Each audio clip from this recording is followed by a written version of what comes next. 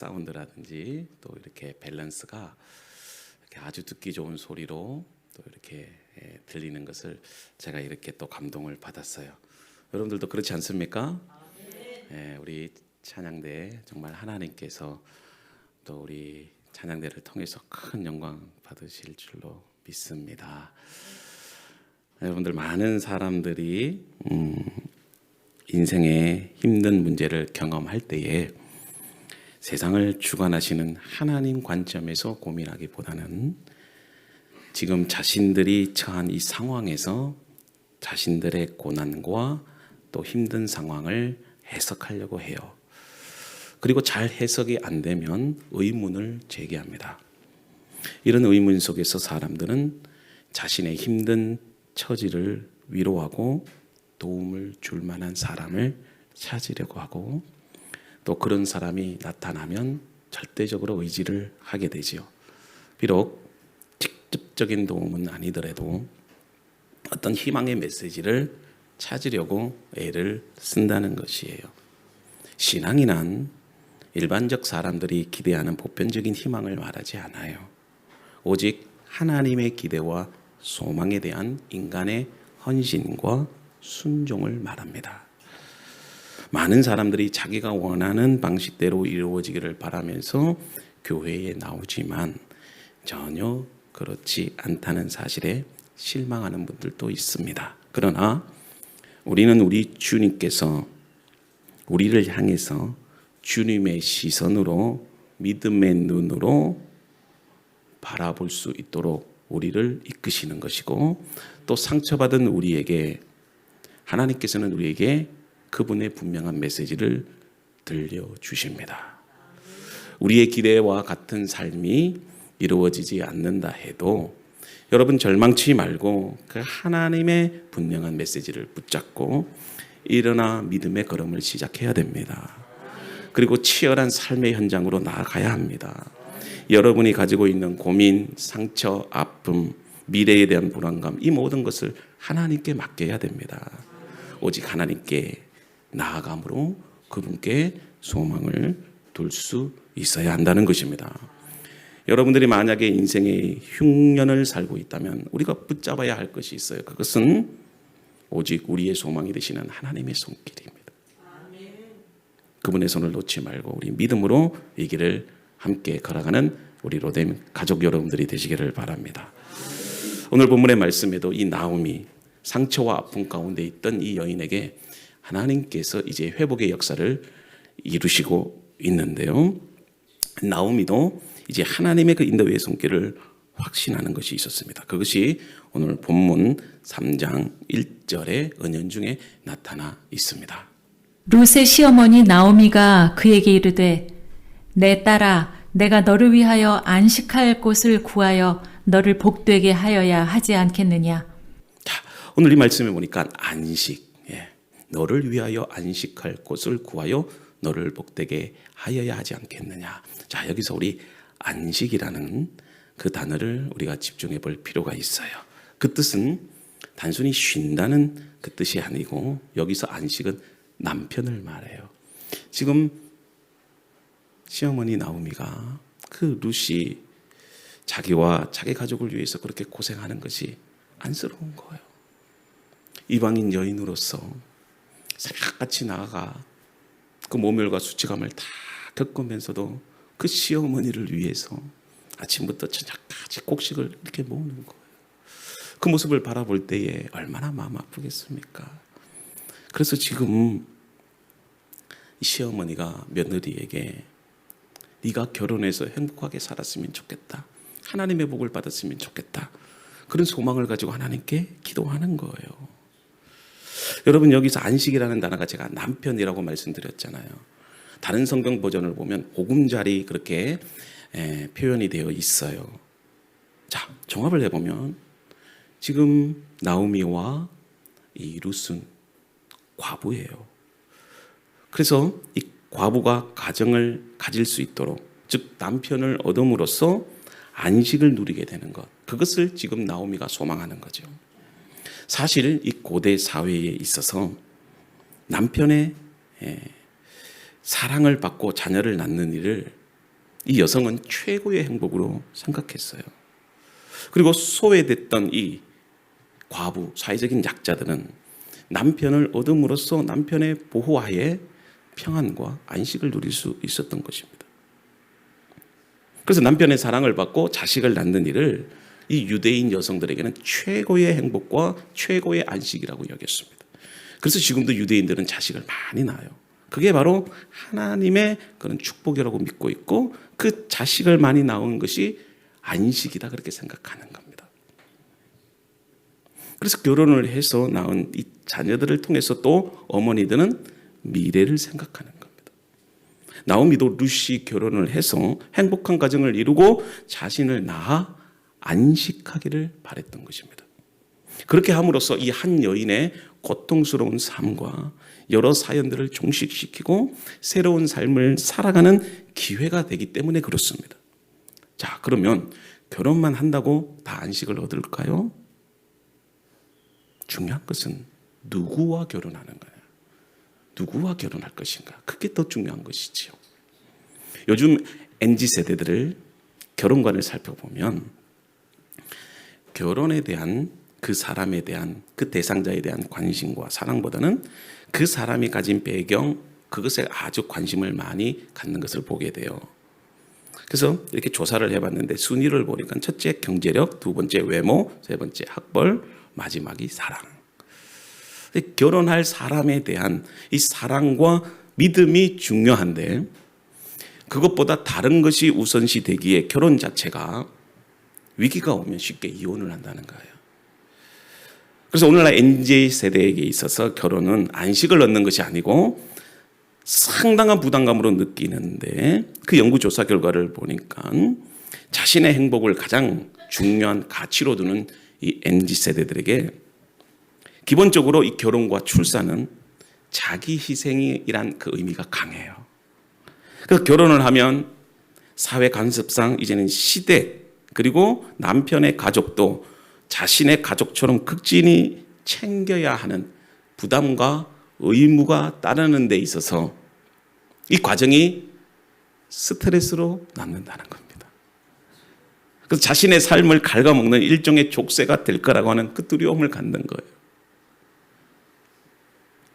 여러분 나오미의 소망과 같이 이 하나님의 섭리 가운데 이 며느리 룻이 보아스라는 이 사람을 만나게 됩니다. 그리고 그의 밭에서 이삭을 지우러 나갔을 때 그가 베푼 호의와 은혜를 생각하면서 이 나오미의 마음속에 이제 새로운 소망이 생기는 것이죠.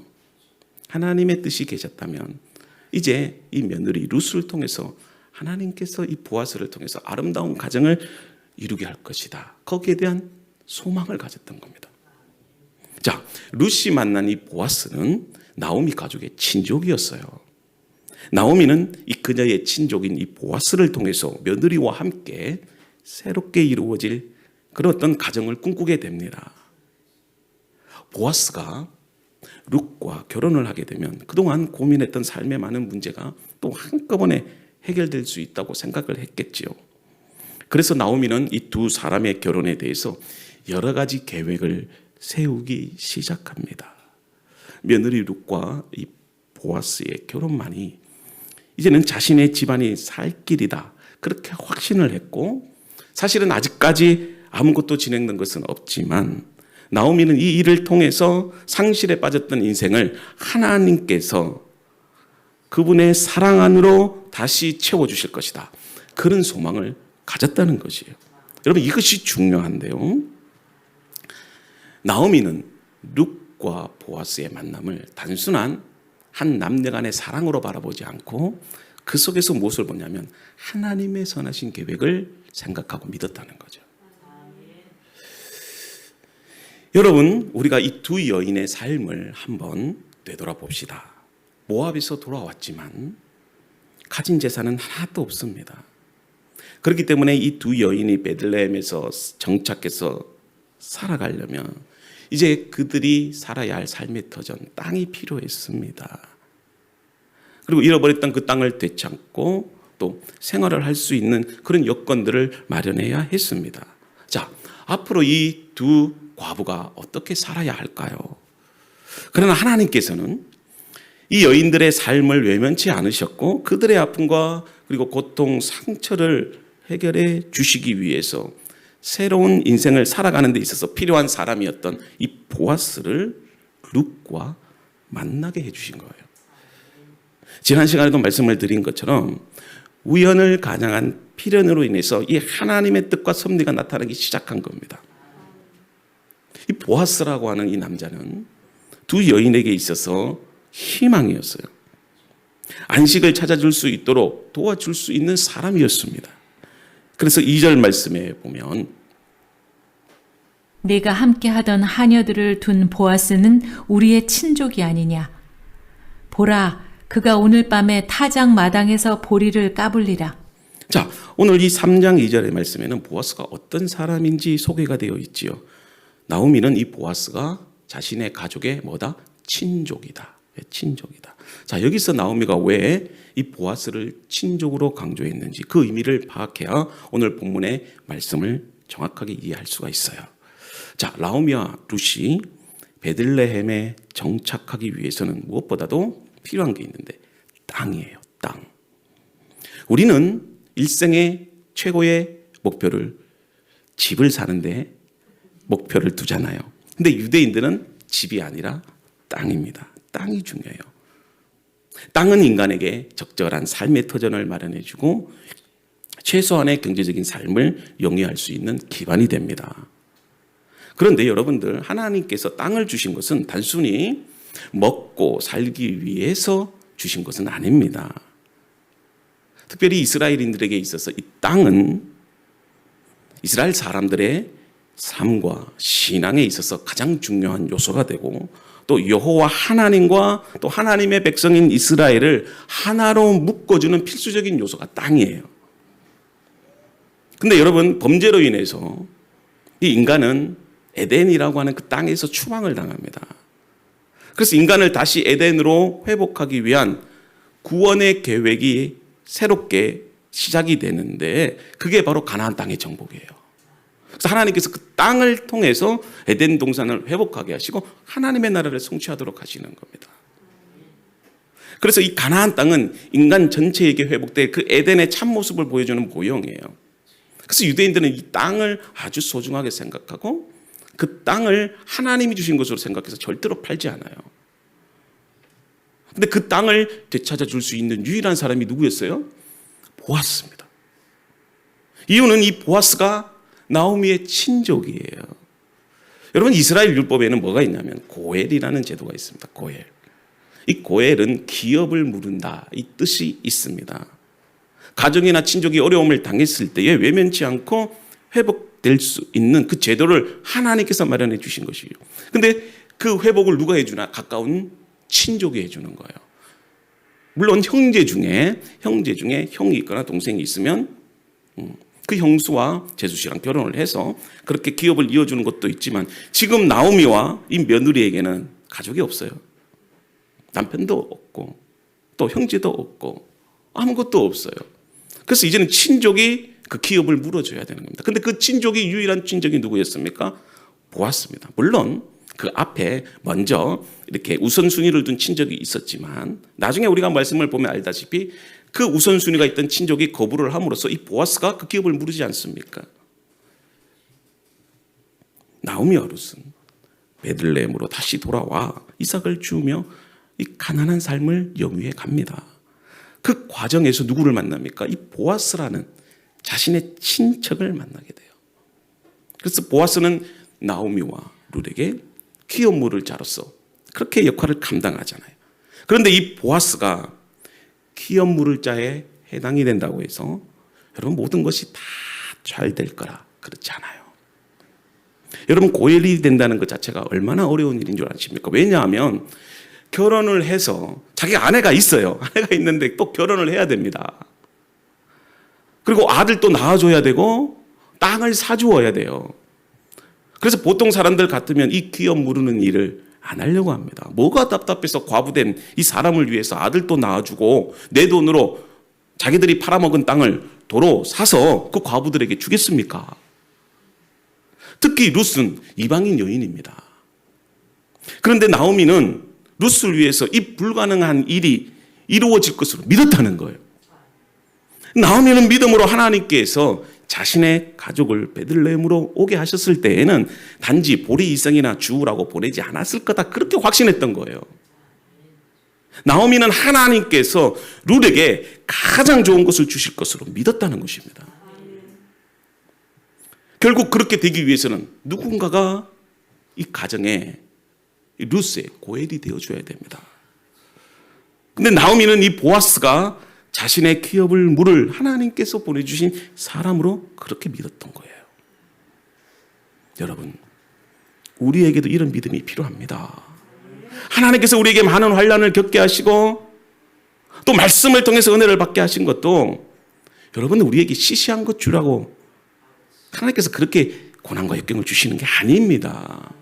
우리의 방식대로 아닐지라도 하나님의 뜻을 이루기 위해서 보아스와 같은 그 하나님의 축복의 사람을 항상 준비해 두신다는 것이에요. 많은 사람들이 세상에서 안정적인 직업, 많은 연봉, 사회적인 출세, 또 자신의 비전과 꿈을 위해서 살아가지 않습니까? 그러나 우리 그리스도인들은 이런 것들을 위해서 사는 존재들이 아니라는 것이에요.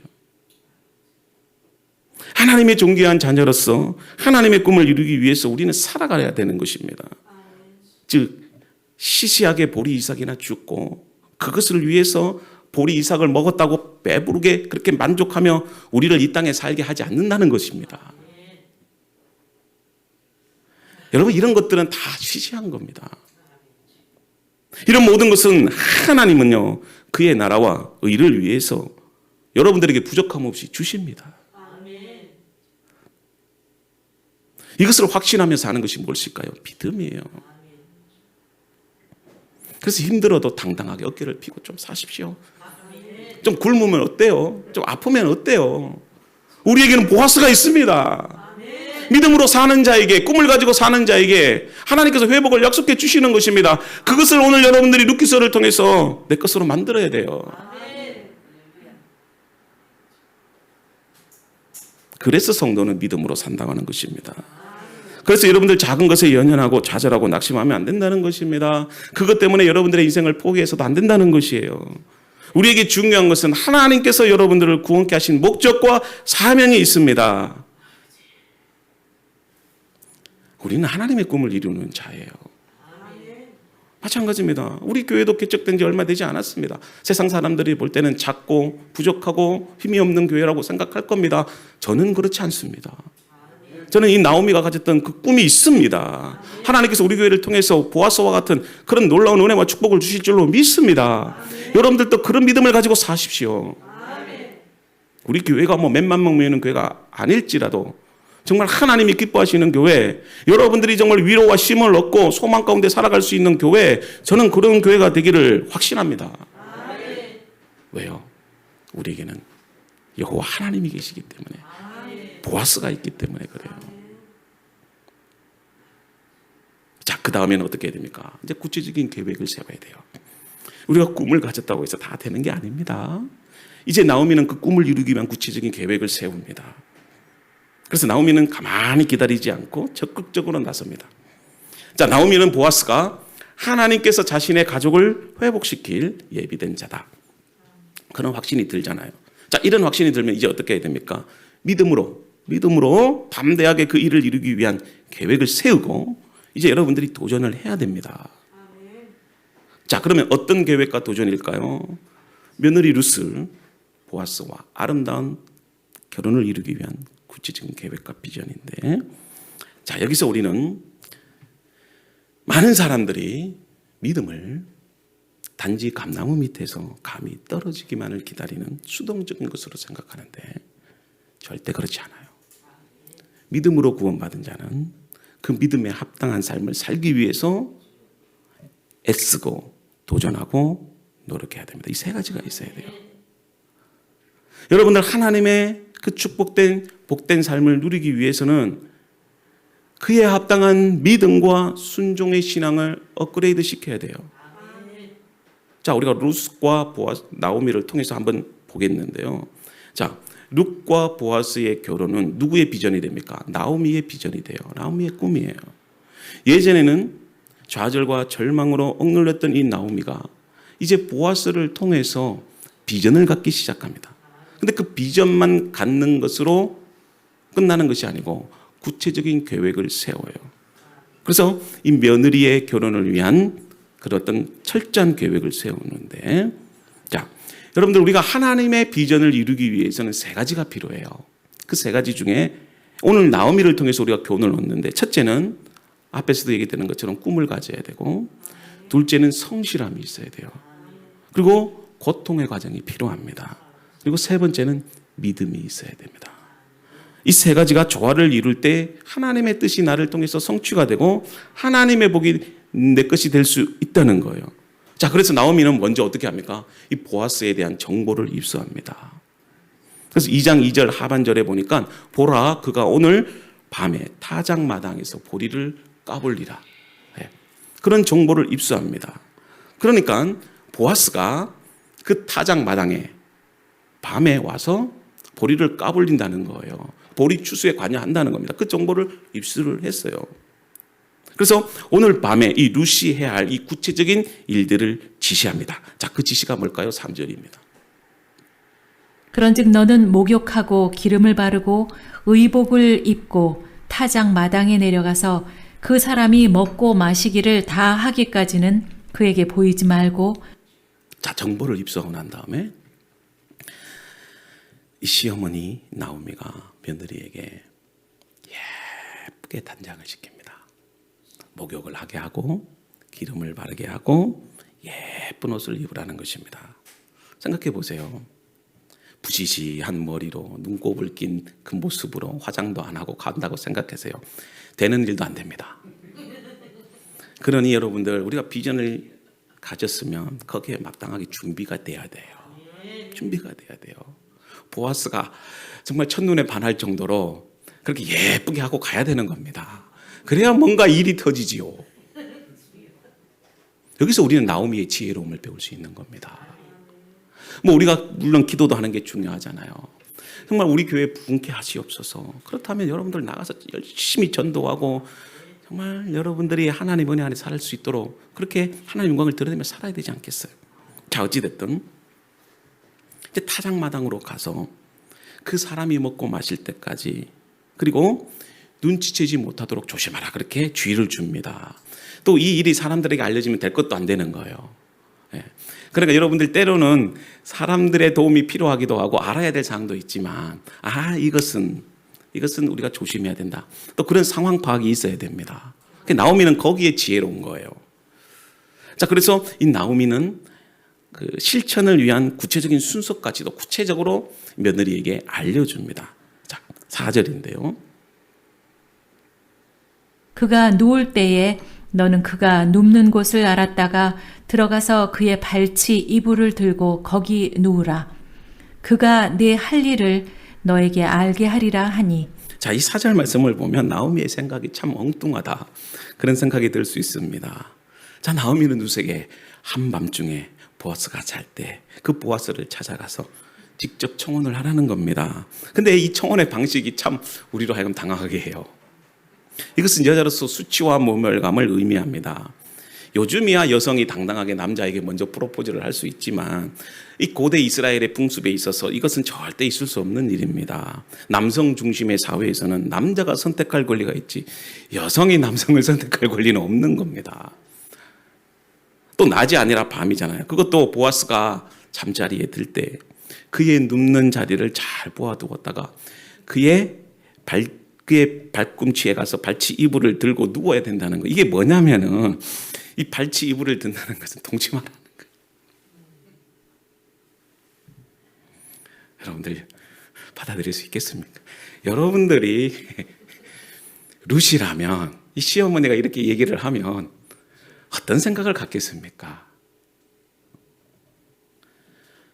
물론 이 표현은 문자적으로는 그렇게 어떤 관계를 맺으라, 그런 어떤 뜻이 있겠지만 사실 내용적으로 보면 프로포즈를 하라는 겁니다. 여자로서 먼저 프로포즈를 한다는 게 이게 얼마나 힘든 일입니까? 또 보아스의 입장에서 루시 그런 제안을 했을 때 룻이 유혹이나 하는 엉뚱한 여자로 오해될 수 있지 않겠습니까? 보아스는 룻이 밤중에 타작마당에 들어와서 청혼하는 것을 보고 이 여자가 말이야 좀 친절하게 대해줬더니 이제는 고엘이 되라고 하네. 역시 모함 여자는 어쩔 수가 없어. 내 돈만 노리고 결혼하려고 하는 거 아니야? 이런 유혹을 하는 거 아니야? 오해를 받을 수 있지 않습니까? 만일 이 사실이 또 다른 사람들에게 알려지면 룻은 율법에 규정된 대로 돌에 맞아 죽습니다. 여기서 우리는 나오미와 룻의 믿음과 아름다운 순종의 모습을 볼 수 있어요. 그 위기를 나오미의 믿음과 룻의 순종으로 극복해 간다는 겁니다. 제가 오늘 말씀이 아름다운 순종이잖아요. 일이 되는 것은 순종으로 되는 거예요. 우리가 아무리 믿음으로 결정하고 그 일을 행하는 데 있어서 그 결과는 순종을 통해서 나타나게 됩니다. 룻이 순종하지 않으면 될 일도 안 되는 겁니다. 이것은 도저히 될 수가 없는 일이에요. 한 여인으로서 그 모멸감과 수치감, 때로는 돌에 맞아 죽을 그런 어떤 상황에서도 룻은 순종합니다. 여러분들 어떤 일들을 계획할 때 이 모든 일들이 정말 하나님이 계획하신 뜻이라고 믿으라면 당당하게 도전하십시오. 부끄러움, 모멸감, 그로 인해서 죽음의 위기가 온다 할지라도 하나님의 신실하심을 믿고 당당하게 나아가십시오. 고해를 요구하십시오. 만약 이러한 나오미의 계획에 보아스가 거절하고 룻이 불순종한다면 여러분 어떻게 될까요? 아무리 하나님의 뜻이라고 해도 그 뜻이 이루어지지 않습니다. 그래서 여러분들의 순종이 중요한 거예요.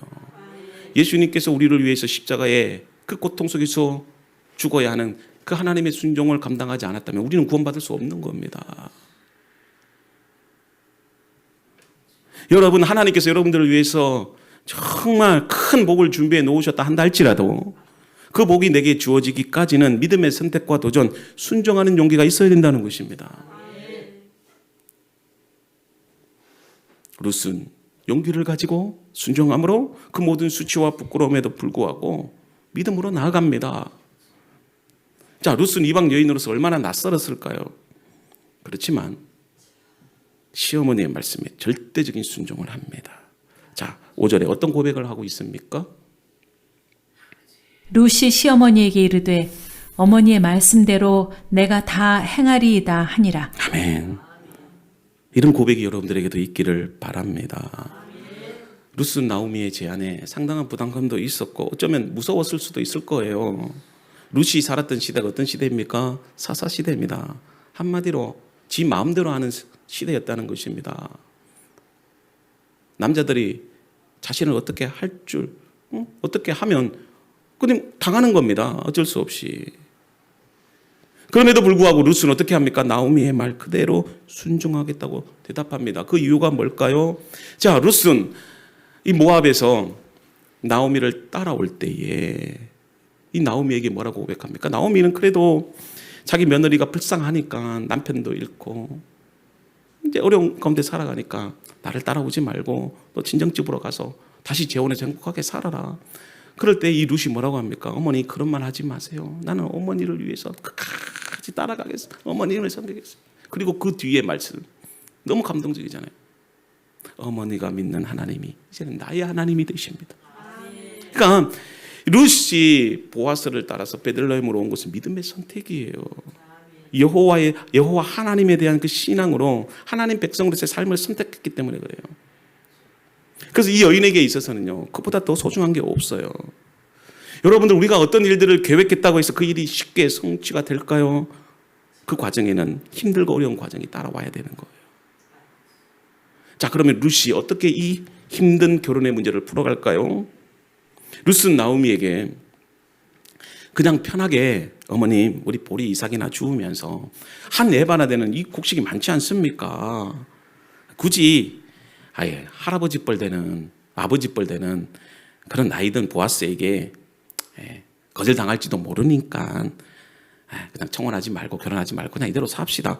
그렇게 룻이 얘기를 했다면 될 일도 안 되는 겁니다. 아빠 얘기했던 것처럼 안 되는 하나님의 뜻은 성취가 되지 않아요. 또 룻이 청혼을 했다가 보아스에게 거절을 당하면 그 밭에서 쫓겨납니다. 또 이런 소문이 나면 얼굴을 들지 못하잖아요. 그럼에도 불구하고 룻은 어떻게 합니까? 순종합니다. 그 이유가 뭐라고요? 앞에서 얘기했던 것처럼 하나님을 향한 신실한 믿음이 있었기 때문에. 룻은 자기가 볼 때도 신앙에 있어서 어린아이라고 생각했어요. 그래서 하나님께서 시어머니를 통해서 자기에게 말씀하신다고 생각했거든요. 그래서 룻은 시어머니의 말씀을 하나님의 말씀으로 받아들였어요. 그래서 믿음으로 순종한 겁니다. 사랑하는 오된 가족 여러분, 오늘 우리가 함께 말씀을 결론 지으면서 또 중보하면서 우리가 기도했으면 좋겠습니다. 나오미의 무모하고도 또 위험한 이 계획에 이 며느리 룻은 아름다운 순종의 모습을 보여줍니다. 보통 정숙한 여인이라면 이런 행동하지 않습니다.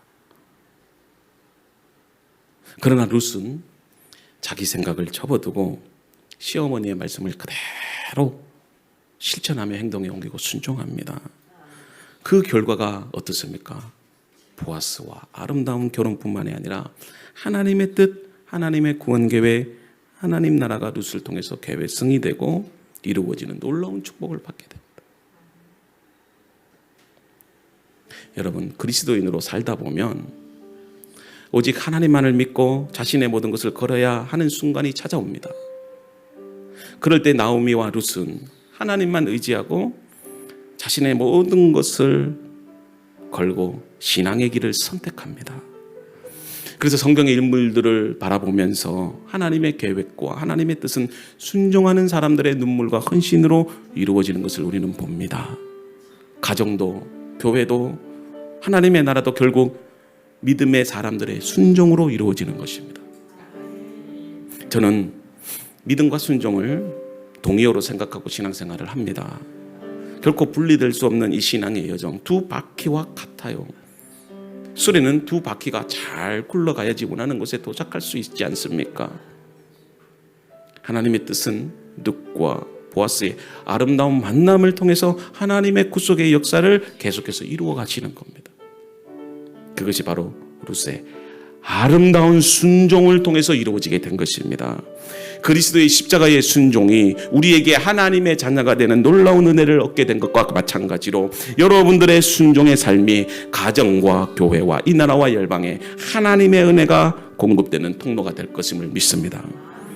순종하는 삶은 아름답습니다. 내가 순종함으로 다른 사람들이 행복하고 기뻐할 수 있다면 우리는 힘들어도 고통스러워도 순종의 길을 가야 합니다. 그러나 하나님은 여러분들의 아름다운 순종을 결코 외면치 않으셨습니다.